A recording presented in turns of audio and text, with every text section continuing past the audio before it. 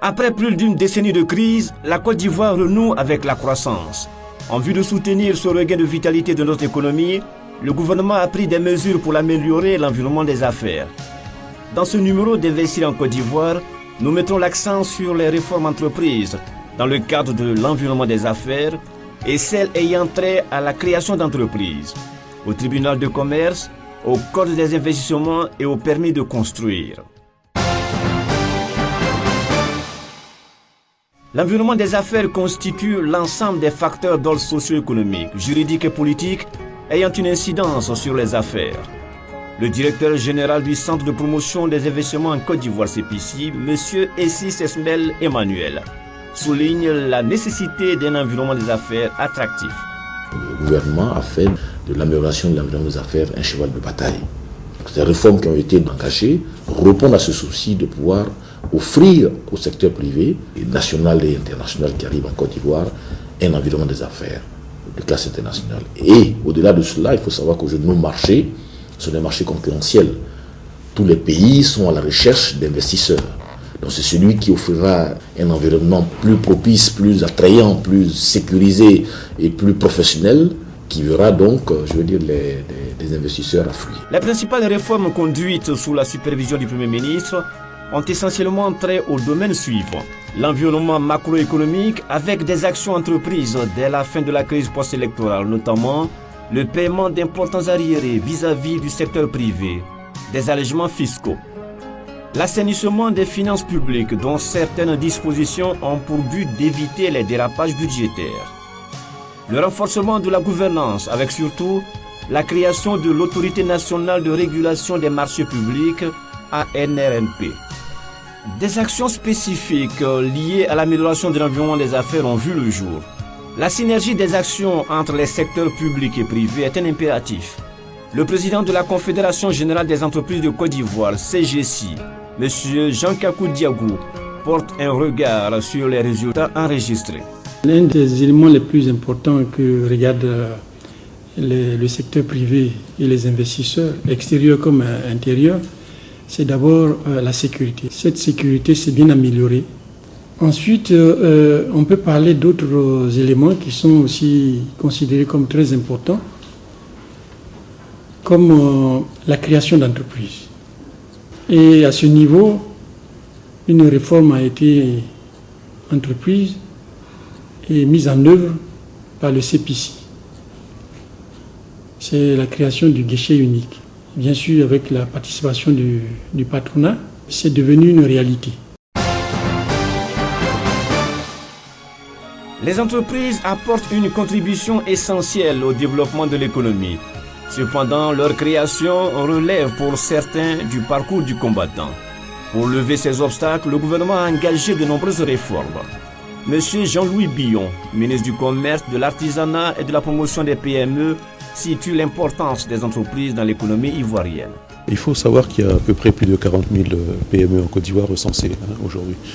Elles sont importantes parce qu'elles ont vécu des moments difficiles pendant la crise ivoirienne et aujourd'hui il s'agit de leur mettre à disposition un environnement propice pour les rendre plus solides et leur permettre de jouer pleinement leur rôle dans l'économie ivoirienne.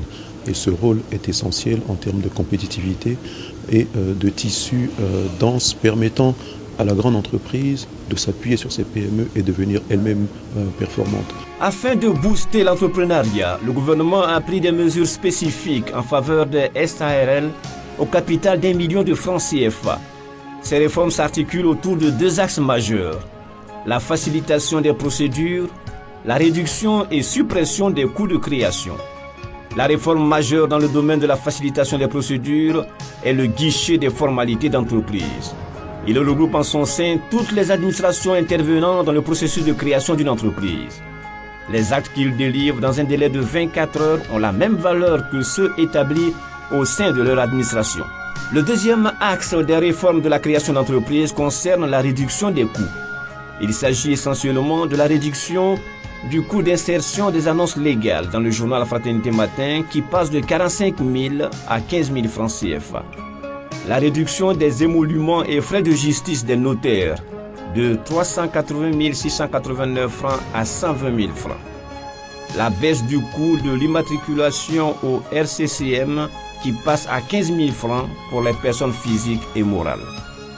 Retenons aussi que le coût global de création d'une SARL au capital d'1 million de francs CFA est désormais de 182 400 francs au lieu de 661 613 francs TTC, soit une baisse de 72%. L'une des interrogations de ces opérateurs qui font le projet d'investir a trait à la crédibilité du système judiciaire. Monsieur Nyenema Mamadou Koulibaly, garde des Sceaux, ministre de la Justice, des Droits de l'Homme et des Libertés publiques. Au niveau du ministère de la Justice, non seulement nous sommes présents au niveau du guichet unique de création des entreprises pour réduire les délais de création de ces entreprises-là, mais nous avons pris également des dispositions pour amoindrir les coûts de création des entreprises. À côté de ces efforts que nous avons faits au niveau du CPC, le gouvernement ivoirien, depuis quand même 2011, a pu mettre en place le tribunal du commerce d'Abidjan, qui est une juridiction spécialement dédiée aux conflits entre commerçants, donc également avec les sociétés, ceci pour faciliter le règlement de leurs litiges. Le gouvernement a entrepris de réaliser donc une série de réformes qui concourent à l'amélioration de l'environnement des affaires. Au cœur de ce dispositif, le tribunal de commerce d'Abidjan. Son président, Dr Komouin François, indique la place du tribunal de commerce et affirmant que la bonne exécution des contrats est au cœur des actions à mener pour encourager l'investisseur. Les tribunaux de commerce participent à l'amélioration de cet environnement-là pour assurer l'exécution des contrats. Alors, le contrat est un mécanisme très important de la vie économique.